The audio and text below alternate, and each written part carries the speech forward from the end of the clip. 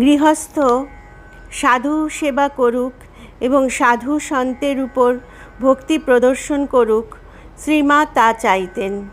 সন্ন্যাসী শিষ্যের বসার আসন শ্রদ্ধা ভরে মাথায় ঠেকিয়ে বলেছেন, কত ভাগ্যে গৃহস্থের দরজায় সাধুর পায়ের ধুলো পড়ে। সাধুর আসন তো মাথায় রাখতে হয়। আমরা গৃহী, আমাদের এই তো ধর্ম। কোয়ালপাড়ায় এক ব্রহ্মচারী শ্রীমায়ের সামনে বসে লিখছিলেন। এক ভদ্রমহিলা যাওয়ার সময় অসাবধানতাবশত তাঁর আঁচল ব্রহ্মচারীর পিঠে লেগে গেলে মা বিরক্ত হয়ে বলেছিলেন, কি গো, ছেলে আমার সামনে বসে লিখছে, বেটা ছেলে, তোমার একটুও হুঁশ নেই? ওর পিঠে আঁচল লাগিয়ে যাচ্ছ। ওরা ব্রহ্মচারী, তোমরা মেয়ে মানুষ, ওদের সমীহ করে চলতে হয়, প্রণাম করো। শ্রীমা সাধুদের সম্বন্ধে বলেছেন, তাদের কোন কথায় বা মনের ভাবে গৃহস্থের অমঙ্গল হতে পারে তা তুমি জানো না। তাদের দেখলে ভক্তি করতে হয়, কোনো জবাব করে অবজ্ঞা দেখানো উচিত নয়। শ্রী শ্রী মা রামকৃষ্ণ মঠ ও মিশনের সংঘ জননী। তাকে সংঘ জননী আখ্যা স্বামী বিবেকানন্দ দিয়েছেন। বিদেশ থেকে ফিরে 1897 খ্রিস্টাব্দের 1 মে স্বামীজি বলরাম বসুর বাড়িতে ত্যাগী ও গৃহী ভক্তদের সভা করে রামকৃষ্ণ মিশন প্রতিষ্ঠা করেন। ওই দিন সভা শুরু হওয়ার প্রথমেই স্বামীজি বলেন, মঠ ও মিশনের জন্য কিছু টাকা সংগৃহীত হয়েছে। আমাদের শ্রী শ্রী মা দেশে আছেন, তাঁর মাসিক হাত খরচা বাবদ স্থায়ী তহবিলের সুদ থেকে সর্বাগ্রে কিছু দেওয়া উচিত মনে করি। এ বিষয়ে আপনাদের কি মত?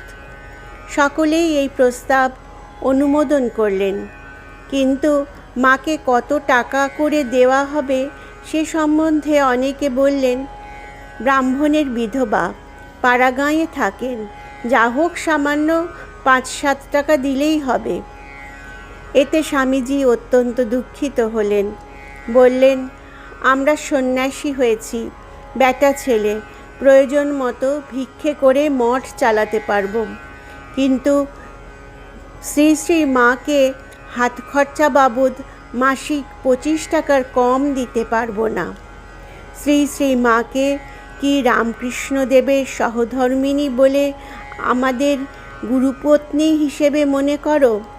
তিনি শুধু তা নয় ভাই, আমাদের এই যে সংঘ হতে চলেছে, তিনি তার রক্ষাকর্ত্রী, পালনকারিণী, তিনি আমাদের সংঘ জননী। শ্রীরামকৃষ্ণ দেহত্যাগ করার পর যুবক ত্যাগী ভক্তরা এদিক ওদিক পরিব্রাজক হয়ে ঘুরে বেড়াচ্ছিলেন। সমাজের নানা প্রতিকূলতার মধ্যে তাদের আদর্শের প্রদীপটি জ্বালিয়ে রাখতে হয়েছিল। সেই সময় শ্রী শ্রী মাই ছিলেন তাদের প্রেরণা।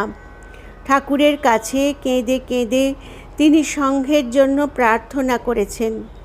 তাঁর একান্ত সহচরী যোগিন মা বলেছেন, যা কিছু দেখছ, মঠ আশ্রমাদি, সব মায়ের কৃপায়।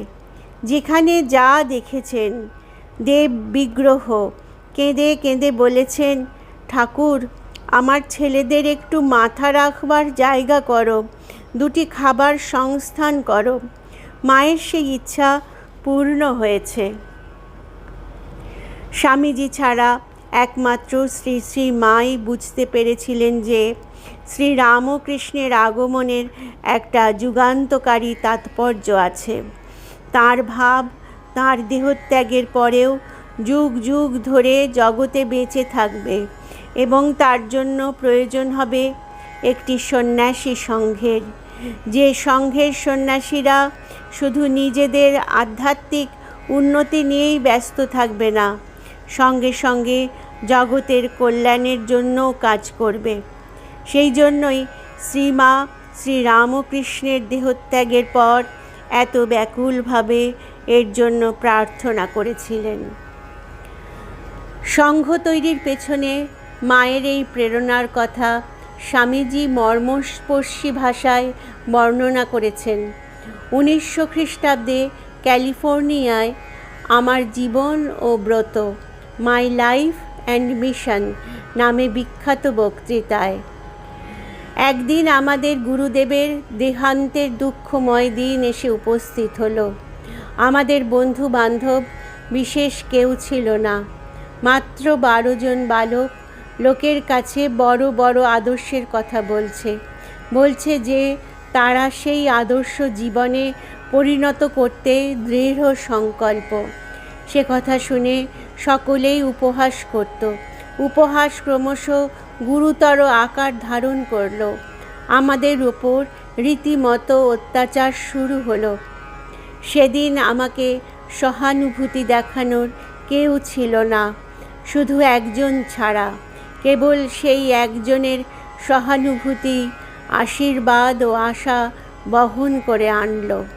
তিনি একজন নারী, আমাদের গুরুদেবের সহধর্মিণী, কিন্তু তিনি ছিলেন নিঃসহায়। আমাদের চেয়েও তিনি ছিলেন দরিদ্র। যেখানে মায়ের নাম সেখানে আনন্দধাম, আনন্দম শুধু আনন্দম।